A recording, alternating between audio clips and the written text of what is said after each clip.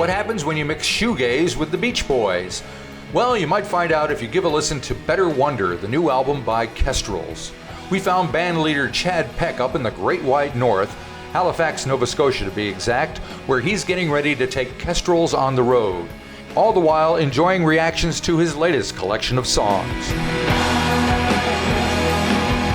We got some great reviews. We were Bandcamp's album of the day, which was fantastic, and and just like selling records, so that's a good thing as well. That's unique these days. Yeah, it's cool. And we're just getting ready for a tour, obviously, in a couple of weeks. So it's kind of living in two worlds a little at the time, sort of promotional stuff and then like logistical stuff on that side. Right. So, and is it being? Being in Halifax seems kind of isolated from the rest of a lot of the world, like being in Auckland. So, are there particular challenges you have being where you are and kind of interacting with the rest of the planet? Yeah, I mean, obviously with social media, it's a bit easier to connect with people, but nonetheless, geographically, we're about like 10 or 11 hours from the next big city, which is Montreal. So, right. we don't get the touring acts that, some of the bigger cities get. So that's a bit of a challenge, and sort of just starting off on a tour is tough too, because there's a lot of driving to get started. But anyway, it's all worth it. And my bandmates are actually based out of Toronto. They're from Halifax originally, but based out of Toronto. So I actually just fly up there and we start our tours there these days. Oh, cool. So, and being kind of a shoegazy type rock band out of that area seems unusual. Everybody's singer-songwriters that we seem to know in Canada, except for Rush. So, what kind of drove you into that direction? Yeah, I mean, there's a bit of a legacy here for that kind of music, but more in the '90s, like when bands like Sloan and Eric's Trip were getting started, and kind of like the post Nirvana Rush. Like there were some bands assigned to Sub Pop and Geffen that had it's kind of the pop melodies and noisy guitar. Uh-huh. But it's pretty classic, path for me. Just like you start reading about these bands, and like I'm at the age where the internet just was a thing when I was in high school. So right. You would start reading about these bands online, or even in music magazines. I guess there were still quite a few of those at the time, and you just start seeking things out, and it's a pretty it's a little bit of an obvious path, but it's the My Bloody Valentine. Hearing Loveless for the first time, you're like, holy smokes, there's a whole other world out here that doesn't exist. I didn't know existed, I guess. And then kind of just splintering off and kind of seeing the wall of sound of the Beach Boys records, kind of just putting a bunch of pieces together, and loving the guitar and guitar pedals that's kind of all the pieces that came together for me. Because I do see that you have an affinity to the Beach Boys and to Brian Wilson. So that's very different than My Bloody Valentine. So how do you get the two together? what drew you to Brian? I mean, just that he's a genius, obviously. That's true. But I'd heard one of my other favorite bands, is this band called Ash, from a Northern Irish band. And they've been to New Zealand. Their record. Oh, nice. Yeah. I'm friends with those guys. They're the best dudes. With their record, 1977 was a huge record for me. And I read that Pet Sounds was a big influence on it. Right. And so a guy dubbed me a cassette of Pet Sounds back when I was in grade 12 or something. And it was funny because the cassette was recorded at the wrong speed. So everything was like a little bit too fast. So like trying to play guitar, you're like, I can't figure it out. But so that's how I got into Pet Sounds. And then, I was a pretty lazy Beach Boys fan for a while, where it was just mostly Pet Sounds. Right. And of course the stuff you just hear on the radio. But then in like maybe when the Smile Sessions box set came out, I started doing more of a deep dive and realizing, some of those like 70s records are so cool, like Holland and Sunflower, and like I named a song Sunflower on our new record. Surf's Up, and Friends, even like these kind of weird lo-fi records. So it's kind of nice when bands have these like super deep catalogs too, and sometimes there's misses or whatever, things aren't the starry heights of the big records, but there's still all this amazing stuff. Now that I think about it, I equate that era of Beach Boys, that early 70s, with the early 70s Fleetwood Mac, when they were in between being a blues band and the Buckingham Nicks thing, and they Totally. Yeah. Yeah. records then too. Yeah. Yeah. Yeah. And I mean, it's not an obvious connection maybe, but there is that kind of like all the layering on those, especially the Wrecking Crew records. You do get versions of that in sort of shoegaze music too. So it's a different sort of approach, but similar sort of foundation maybe. Okay. Well, let's talk about your new record. It's Better Wonder. Okay. And my understanding is it was originally going to be a solo album that got scrapped, and we have this instead. So what happened there?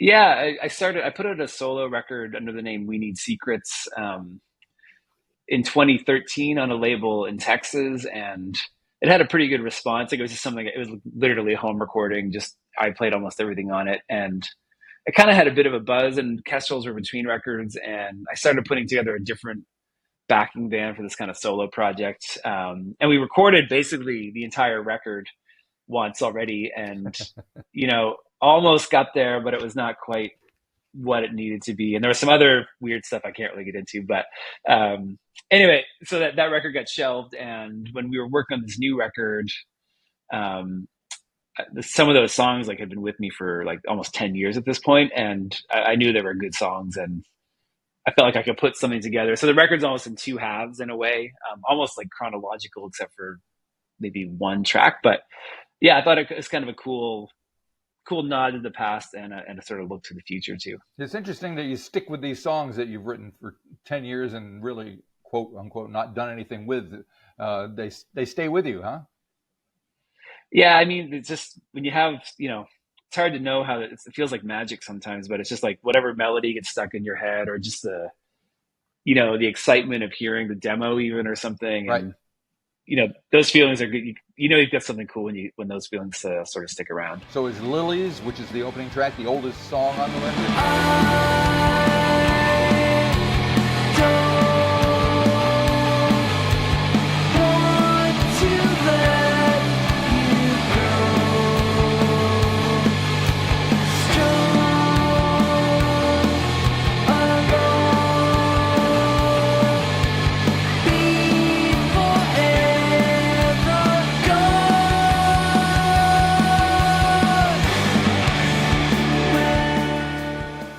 Yeah, Lilies and Sleepless are probably the two oldest tracks on the record. So, and two singles too. So Yep.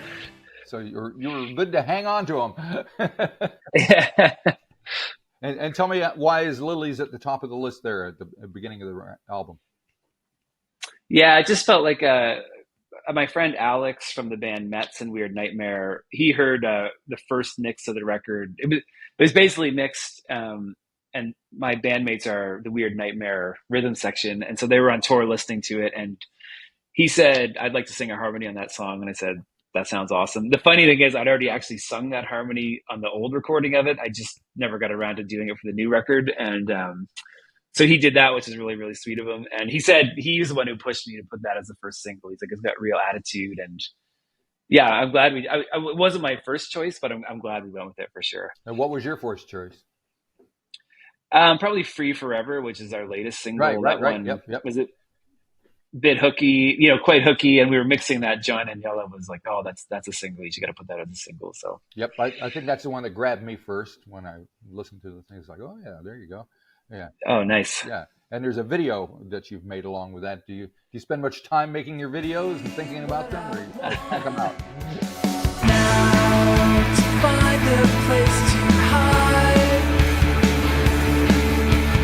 Never sure if it's the time. Worlds unknown, worlds apart, and it's only just begun to be what I want. It's on. Well, we've got three very like wildly different approaches on this record. So the Lilies video are kind of, my idea was to kind of remake Boys Don't Cry Right. by The Cure. So I'm a high school teacher, and I had some of my students sort of mime as the band in that record Right. for the video, kind of like the Cure one. And Yep. you can see my eyes light up like Robert Smith's do Yeah, it's pretty subtle maybe if you weren't looking for it, but it's there. It's pretty fun. That's cool. And the second single, Sleepless, this guy, Takakio, I think is his name. He's in Tokyo, and he used to be a video game designer, and now he does like pixel art. Yep. And I sent him the track, and he really, really loved it. He's an Ash fan as well, and Tim from Ash did some drum stuff on that for me. So yeah, I just sort of gave him like a really like very like, 3-sentence like idea, up late at night, walking, kind of facing your fears or whatever. And he made this beautiful, weird, lovely video. So, and then Free Forever was a bit more of a like, very big time crunch, and we had to kind of make something work quickly. So I filmed that in my apartment. That was drove my girlfriend crazy that day, like just setting cameras up all over the place. But gotta love that. Yeah, I mean, it's kind of cool how it turned out. It's like Cubist or something. Yeah, right. Yeah. And so you teach high school. That's gotta be. Does that influence your music at all? Does it keep you in touch with what the kids are into? Oh, for sure. Yeah. I mean, yeah, it does. I mean, the thing with high school kids relative to when I was in high school, like in the late 90s, is like I would listen to like Nirvana and then sort of bands that were, I was almost like militaristic in my thinking. Like it had to be like, they had to kind of fit together or something. Right. And couldn't listen to anything kind of funny or like, I don't know. It's just like very rigid in my thinking. And most of my friends were at that time as well. But kids today in a very positive way have no, they have no sense of irony or guilty pleasure or anything. It's just like they can go from Fleetwood Mac to like, I don't know, Taylor Swift or Beyonce to like some weird obscure thing that Spotify fed them. Like they really just kind of are wide open. Yep. And yeah, I guess that's influenced me a bit to try to push the boundaries a bit of what I think is like a Kestrels song, which is kind of fun. All right. And you have a couple of like interludes, brief interludes, 30 or 40-second bits in there. What made you think that you needed to have those kind of make it into a whole or link things together? What? Yeah, I mean, it does two things. There are actually a little bit of Easter eggs on the record in a way. So 1,000 Bare Diamonds is basically like like foreshadowing the song Nausicaa. So they're the same chord progression. It's in a different key, but it's the same chord progression. And I kind of like those things that like grab your ear early, that you're like, why is this here? But when you link those two things, I think it's a cool effect. Uh-huh. And Sunflower is just the chorus of Free Forever, but kind of done in a 5-part Brian Wilson-y kind of like a triple track. Like it's like 15 vocal tracks or whatever. It's sort of foreshadowing the chorus.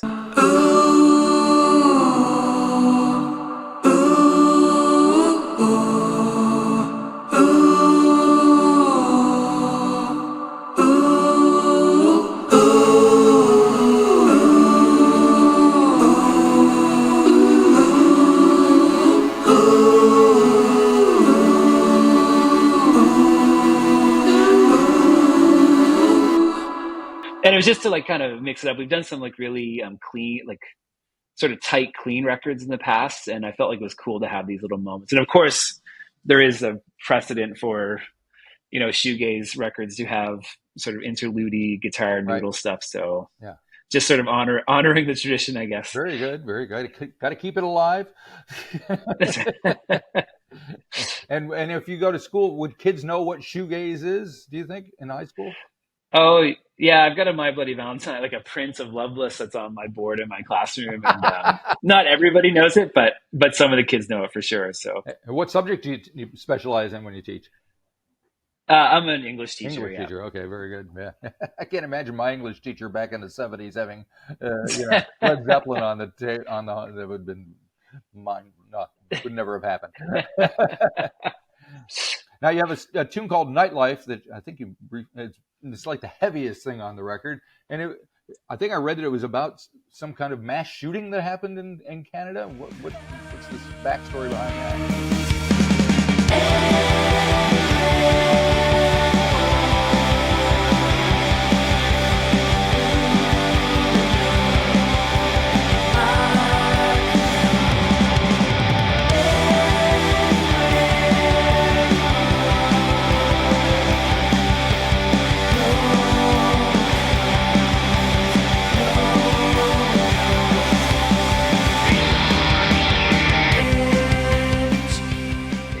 Yeah. So I grew up and actually live in the house. I bought my parents' house from them in the country in a place called Mornvale. So it's like as rural as it gets, maybe in Nova Scotia, where where I'm from. So it's during COVID, the first sort of wave of COVID, like April 2020, and there was this like horrific mass shooting that happened in the next little neighborhood over from me. Oh man. And it was really, really. I mean, it was a heavy time before that happened, and that was just. Yep. You hear the word idyllic, and you think of this community where this thing happened, and Yep. it affected people that I was kind of close to, and Sure. affected. It was a huge, huge tragedy, I guess. And so I wrote that song. I didn't really write it until a couple of years after that happened.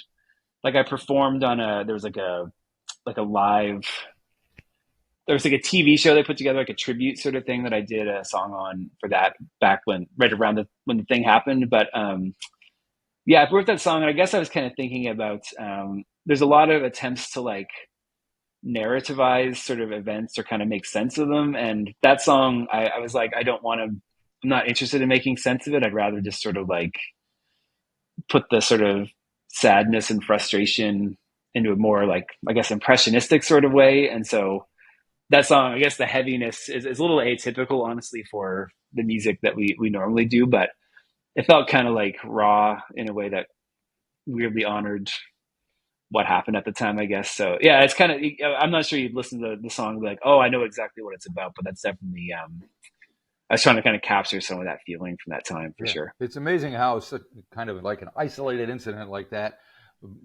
affects so many people, and it puts a cloud over like a whole country or area. The same thing has happened here from time to time in New Zealand. We had one in Christchurch a few years ago that just affected the entire country. And again, idyllic place, supposedly, and these things happen all over the world for various reasons and ways. So yeah, it really makes a mark, leaves a mark when they happen on people.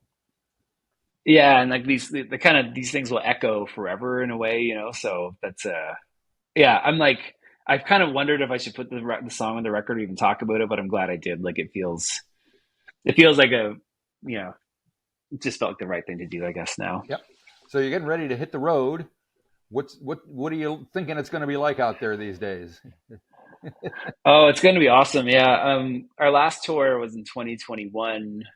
So we got to open for Bob Mould for 8 shows in the States. I think he's just coming here. We were playing. So that's great. Yeah. He's got a new record or new singles out, and they sound awesome. Yep. So yeah, we had 8 shows with him. We got to play some pretty amazing venues like Webster Hall or First Avenue or the Paradise Rock Club in Boston. So we'll be playing smaller rooms on this tour, but we've got some really, really fun stuff lined up.